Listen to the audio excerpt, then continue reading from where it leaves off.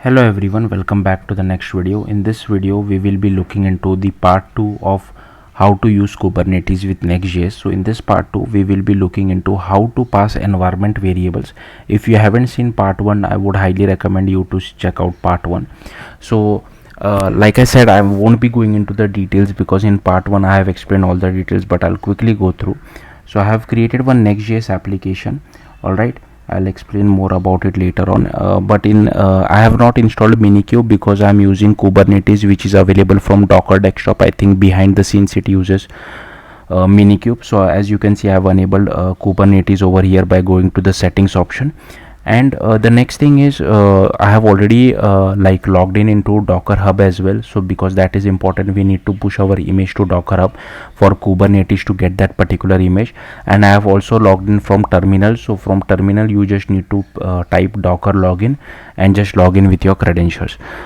Then let's come to NextJS. So here you can see I have created a NextJS application. So first here inside src I have just created this page.tsx, and here you can see I'm referencing this environment variable. So to refer this environment variable, I have created this .env file, and here you can see I have created, so there are two type of environment variable, one which are used on the server side and one which are used on the client side. So server side, this name can be anything, but for client side environment variable they need to start with this next underscore public underscore.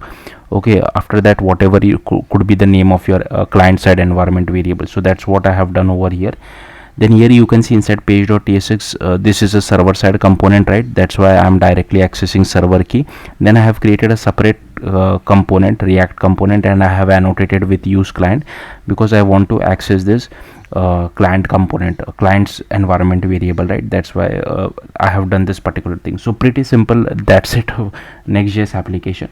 Then what I have done is that I have created one Docker file.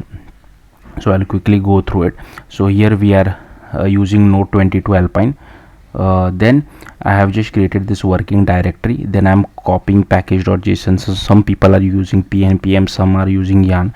So whatever files are present, we are copying that. Then we are running npm install.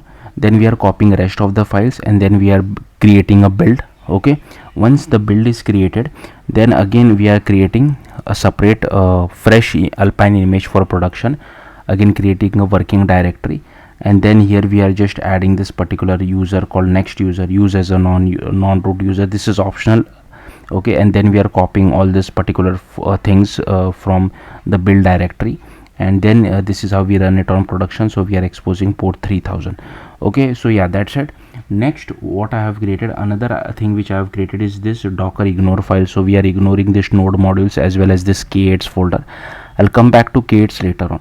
Now what we need to do is, I have already written the commands. So I have docker desktop running. So first this would be my image. So typically it should be docker build -t, whatever is your username. Okay, on Docker Hub, make sure you replace Brave Evidence with your own username.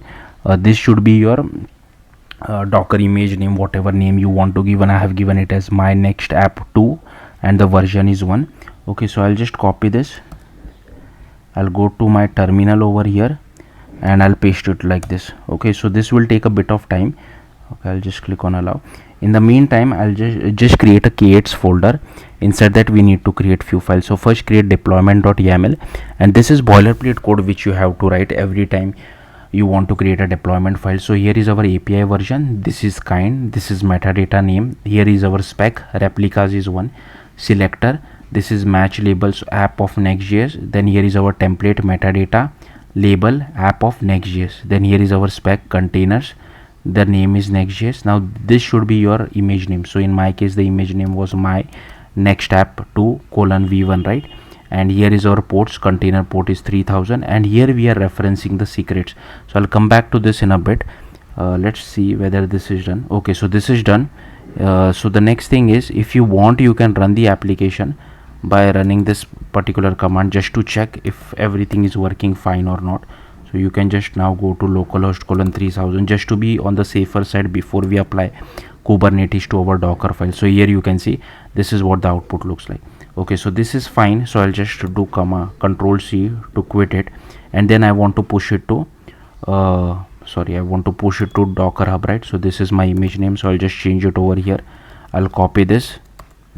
Why I am writing it like this, because I have already have lot of Next.js images on my Docker Hub. That's why I'm giving it some random weird name, my next app 2:v1. So here we are just pushing the image, so let it push. Then let's come to secrets.yaml here. Sorry, before that let's create a service.yaml. So again, this is boilerplate code. Only thing you need to keep in mind is whatever so this is the name of our service, right? And here you need to use the same name whatever you have defined over here, as well as over here, as well as over here. So make sure you these three names matches with the name over here. And here we are at the target port is 3000, and type I'm using node port. I know that node port should not be used for production, but I am planning to make separate videos on that later on this. Then here is our secret.yaml. so here you can see I have created this app version v1, kind is secret, metadata given it some name, and type is opaque. Then here you have defined a string data, and here you will have to define whatever environment variables you want to use. So that's what I have done over here. Okay, now if you see my Docker apps, okay, so this is still going on. In the meantime, I can just copy this command. So basically this will, once the push is done, we will apply the all this like with the help of kubectl command, we'll apply all this Kubernetes file in one go. Kubectl apply f-f whatever is your folder name, so that you don't have to write the apply command for each and every file. So let's just wait. I think this is taking too much time. Feel free to fast forward the video if you like.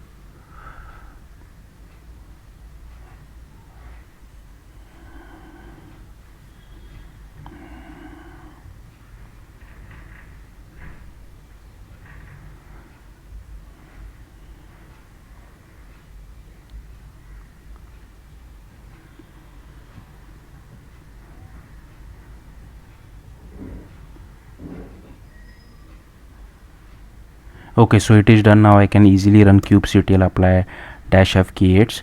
So this was done pretty quickly. Now I need to know which port my Next.js application is running, so I can just run this command.